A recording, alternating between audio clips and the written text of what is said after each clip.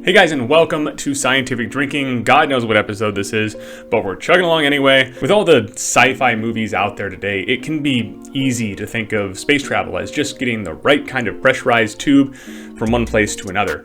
Other problems are often discussed on forums and YouTube videos alike, talking about the launch problem, how to get enough mass off the ground, and the problem with approaching the speed of light. But I'd like to talk about something a little bit more profound this video, and that is emphasizing the danger of spaceflight. So in this episode of Scientific Drinking, I'm going to do my best to instill within you, dear viewer, a sense of, if not fear, at least appreciation of the real danger of spaceflight. Cheers.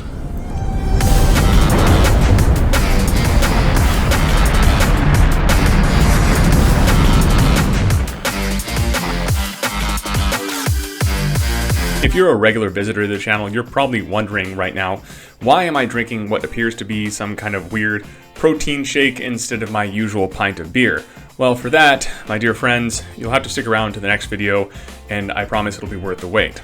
So if you're anything like me, you spend a lot of time fantasizing about the kind of luxurious adventure depicted in Star Trek or Star Wars or many of these other space shows, where getting from A to B in space is relatively easy. It's just a matter of sitting on some kind of couch or cockpit and pressing a few buttons and boom, you're off to light speed. During your trip, you can walk around inside the ship, maybe grab some food in the galley, hang out in 10 forward, or maybe just spend some time on the holodeck. Of course, I don't need to tell you that the realities of space travel are much different, but exactly how different might actually be a little bit surprising. More recent movies such as Gravity and shows such as The Expanse have done a better job of depicting a more realistic portrayal of the near future of space exploration, or what it is like today, or at least to a certain degree. Granted, both of those films and depictions have their downsides, some divergence from reality that hardcore science fans like myself will spend endless time debating online. However, those shows are successful in bringing that sense of danger closer and depicting, at least partially, how razor thin that line is between life and death when working in space. In this video, I'm going to try and list a few of those challenges in somewhat of an order, but not necessarily in order of danger or likelihood. I'm also going to try and explain why NASA or another space agency hasn't already built something like the USS Enterprise or a worthy spaceship that we can just hop onto and go and visit Mars. I mean, you know it's hard, right? But how hard? All right, so let's first talk about some rather fundamental engineering challenges when it comes to dealing with deep space exploration. And for this, deep space generally means beyond the Earth-Moon system. So the first issues you're going to run into are power and thermal. Power might seem easy enough to solve, right? Just slap some solar panels on there and you're good to go. I mean, we've been doing it for decades, right? Well, not necessarily. There's a number of issues associated with using solar panel in space, many of which we'll talk about probably in another video. But for now, just understand that solar power as it works on Earth isn't always going to work the same throughout the solar system. For one, the further you get away from the sun, the less effective solar panel is, and it falls off quicker than you might think. Solar power at Mars is only about 30% as effective as it is here on Earth. For Jupiter, it's only 5% as effective as it is here on Earth. And that can be seen by the Juno spacecraft, which has 3 massive solar wings composed of several solar panels each. Now, the size of those solar panels are the size of basketball courts. And it's kind of hard to wrap your mind around solar panels that are that big, especially when it comes to a spacecraft. We're used to thinking of satellites as pretty small objects. Not Juno. Well, if not solar power, then what? Well, you're going to have to bring your power with you. That could mean nuclear or fusion or some other kind of exotic form of propulsion or power, such as antimatter. Either way, it's going to have to be self-contained within your spacecraft because there's no way to get power from your surroundings. Here on Earth, when we were pioneering and setting out west, we'd always burn trees for fire. Even when going into the Arctic, we could make some use of our surroundings. However, that's not the case in space. There's no resource for you to draw from, no convenient asteroid belt to swing by and refuel on your way to Mars. And even if you're going to Jupiter, the asteroid belt doesn't have nearly enough resources or density, and it doesn't look anything like what we depict asteroid belts to be in popular media and culture. Sir, the possibility of successfully navigating an asteroid field is approximately 3,720 to 1. Never tell me the odds. So if you have a power problem on your way to your destination, there's no pit stop. Now, if you can't get it fixed, you're going to run into some problems really fast. At NASA, we spend a lot of time trying to determine what's the best thermal configuration for any spacecraft. You'd be surprised at how much analysis goes into just determining if a spacecraft is going to overheat or freeze. And that's a real problem, especially when there's humans on board, which makes it 10 times worse. So let's assume that you're in thermal equilibrium. Yeah, you're gonna run out of air pretty soon. And we'll talk more about air and life support in a minute. But for now, let's move on to another problem: fuel and mismaneuvers. Now, for each mission NASA does, they spend a lot of time looking at missed burns and off-nominal situations to prepare for contingencies. In case something goes wrong, we will have a plan and we can save our mission, either whether that be an unmanned spacecraft or a manned spacecraft. For a robust interplanetary spacecraft, something like the Enterprise or even the, the Donnager from The Expanse, you're going to have a lot more safety measures built in, some kind of propulsion system or fuel supply to handle all kinds of off-nominal situations. If you miss a burn in space, you could end up drifting for a very long time. Even assuming that you have all the power you need, fuel is another problem. Generally, the power systems and the propulsion systems are different elements. Now, there are some concepts about integrating the two, such as nuclear thermal propulsion, among other technologies, but let's assume they're separate. If you miss a burn while traveling through deep space, you could be in for a very unpleasant trip. Even assuming that you have the power and the air to maintain that, you still have to worry about food and water and just keeping people happy, which is another issue we'll see in a minute. One thing that's kind of hard to wrap your mind around is exactly how fast things are moving in space. They're moving ridiculously fast, thousands of kilometers a second. And for us pathetic little humans, it's really hard to grasp those speeds. We don't deal with it on a daily basis. Now, it takes a lot of energy to change the direction of something moving very fast, such as a spacecraft or space station. If you miss this very small time when it takes to change your trajectory just a little bit in the distant future, you could miss your target completely and end up floating through space for as long as you can possibly imagine. MMOD stands for Micrometeorite Orbital Debris. And this is another common problem faced in space travel. It's mostly an issue near the Earth, where we have a lot of man-made orbital debris. Whereas micrometeorites, small, tiny rocks that fly around at incredible speeds, is still an issue further away, but a less frequent one. Now, this one was made pretty popular by the movie Gravity, which shows a runaway orbital debris problem known as the Kessler syndrome. Now, this is a real documented issue and could become a problem in the very near future. In fact, there are many companies that have sprung up to tackle this exact issue. It may also be a significant issue near comets and asteroids, which, as opposed to being the solid chunks of rock we once thought they were, OSIRIS-REx has discovered that they are actually more like rubble piles, and they're actually quite active, generating plumes of dust and debris at seemingly random intervals. Now, this is a process we don't fully understand yet, but what is clear is that these objects do generate a cloud of debris in and around them, so this might be an issue, especially when passing within their proximity. Like I said before, things in space move very, very fast, so even the smallest particle can cause significant damage, and have caused damage before to the International Space Station and Space Shuttle. However, punctures to vehicles are often depicted inaccurately in the media. Usually what's shown is a small, tiny pinprick hole, something about the size of a centimeter or less, with air leaking out into space. In reality, the consequences of punctures like that are far more dramatic. You might have heard issues about the International Space Station having a leak recently, one that was detected in the Russian side and fixed rather quickly, with resupplies coming up from Earth. That was a very, very small leak. But if you had something somewhere between millimeter and centimeter size, you wouldn't have enough time to do anything about it. It would result almost certainly in explosive decompression, and the damage to a structure on the order of millimeters to centimeters would probably rip a large gash in your ship, just from the pressure of the air inside it. Air would decompress within moments, and you'd be dead before you could even locate the source of the leak, let alone fix it. So basically, when it comes to these micrometeorites, you have two chances. Either it's really, really small and you can fix it, or it's not really, really small and you're instantly dead. Now that leads us to the next challenge, indeed the next group of challenges, which focuses on life support for humans. The first of which is air. Now the ISS leaks air gradually. This is because it's made up of a whole chain of modules that are connected with various fittings and connections, and they aren't welded together, they're just pretty much clamped together using special seals. But even they leak, slowly. And the International Space Station has to receive replenishments of its air supply from the ground using commercial resupply services. Even if the International Space Station didn't leak any air and there was no airlocks where people go in and out and everything could be done either internally and in a sealed volume, you still have to recycle the air that's in there. You still have to turn the CO2 expelled by humans into breathable oxygen once again using some kind of carbon capture or recycling processes. One such process is separating that water into its base elements, hydrogen and oxygen.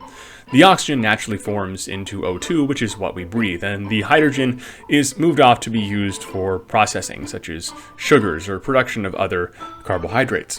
This means that you need a constant resupply of water in order to replenish the air and oxygen inside the crew module. This is relatively easy for closed environments such as submarines, which are surrounded by water. It's even relatively, notionally easy for moon bases, such as what we're starting to establish in the Artemis program, because you can just extract water from the soil and break it down there. However, when you're in space, there's no free-floating water supply, and you'd have to carry that water with you, or at least some kind of novel air recycling system. No matter which way you look at it, each step of the process takes energy. Taking those molecules, breaking them apart, and rearranging them to form a different molecule, and even if you're 100% efficient, that takes a lot of energy. And then there's the issue of maintenance. All of these systems require maintenance. They're quite complex and not exactly the most reliable things in the world. So you have to have replacement parts on board with you or be able to manufacture those replacement parts. But a lot of these parts are complex and intricate, and we don't yet have the technology to 3D print everything we need to maintain these systems. And so if your air recycling system has a malfunction, well, you're gonna have to fix it on board or, well, you die. Again.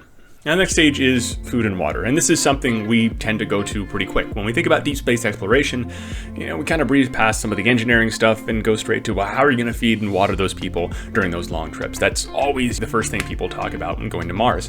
And there's a lot of clever ways to do that. You can grow your own food, you can carry your water, you can do some recycling, and that works to a certain extent.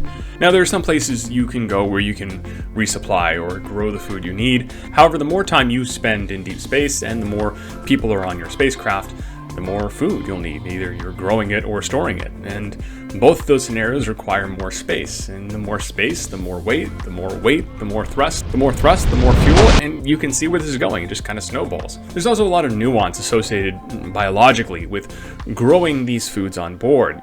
Plants require their own microbiomes. Different plants require different lighting conditions, different soil conditions, different temperatures. Now, perhaps there's this new innovative technology, something like we can 3D print our food. Of course, we have Vitrameat on the horizon, and 3D printing biological structures is no longer science fiction. So maybe these technologies might offer a solution for us. But even so, you're going to need the raw materials to feed into those 3D food printers in order to create the nutrition that you need to survive. And there's also problems with consuming synthesized food. And I'm going to talk about that in my next episode. And yes, it's tied to this muck right here.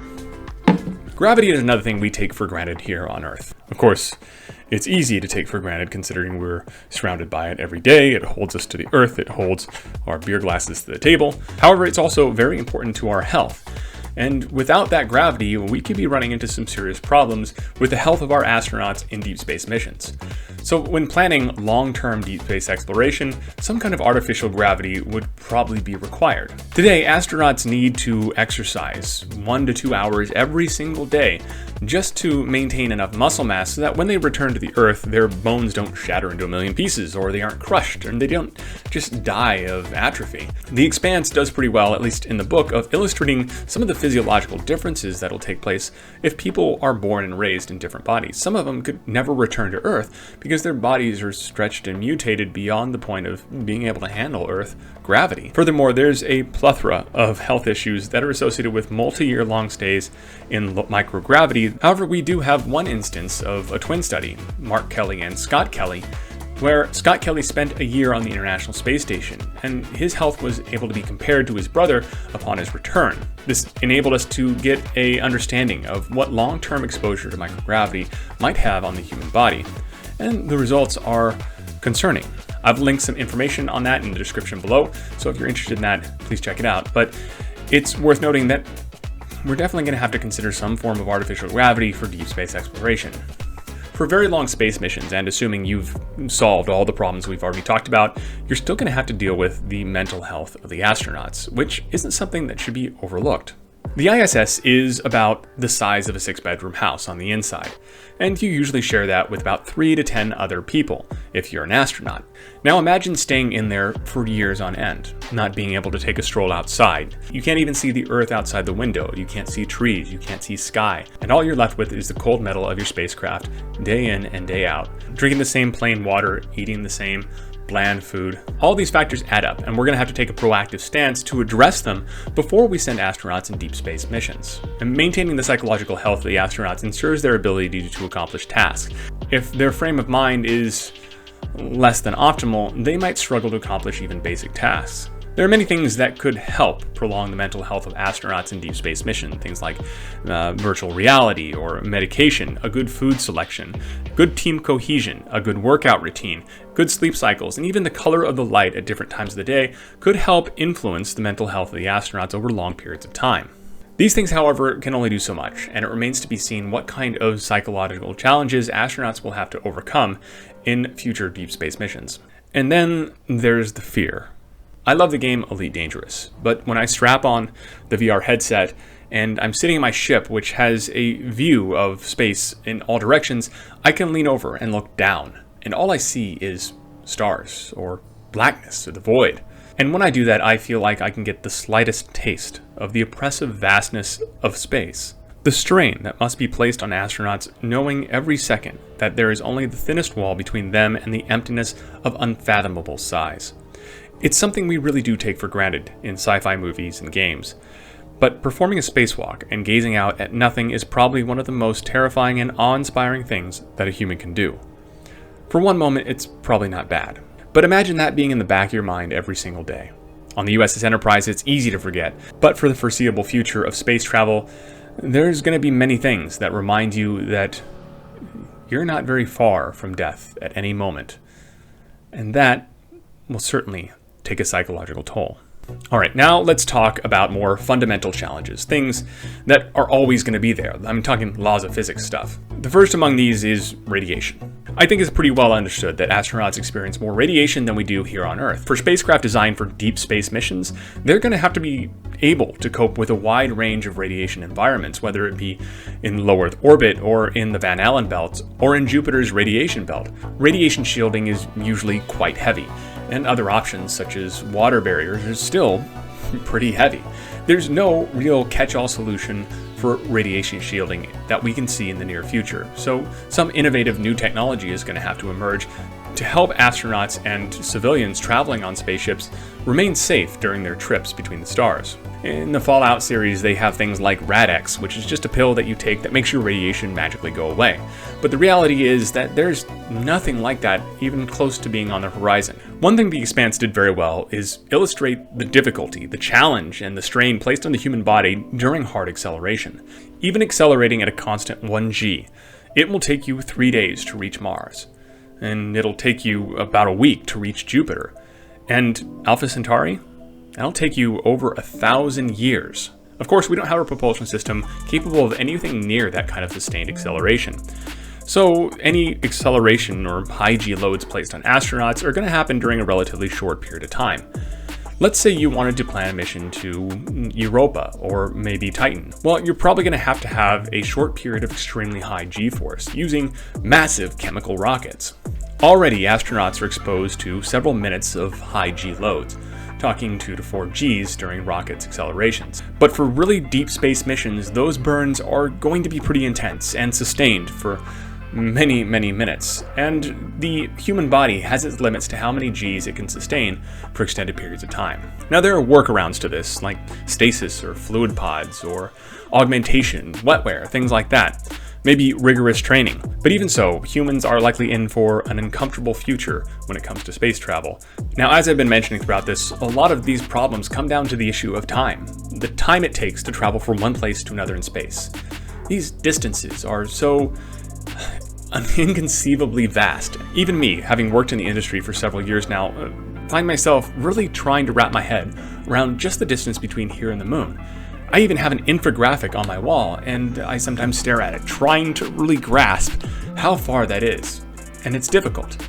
Now talk about distance to Mars, or to Jupiter, or to the next star, and it's just mind-blowing.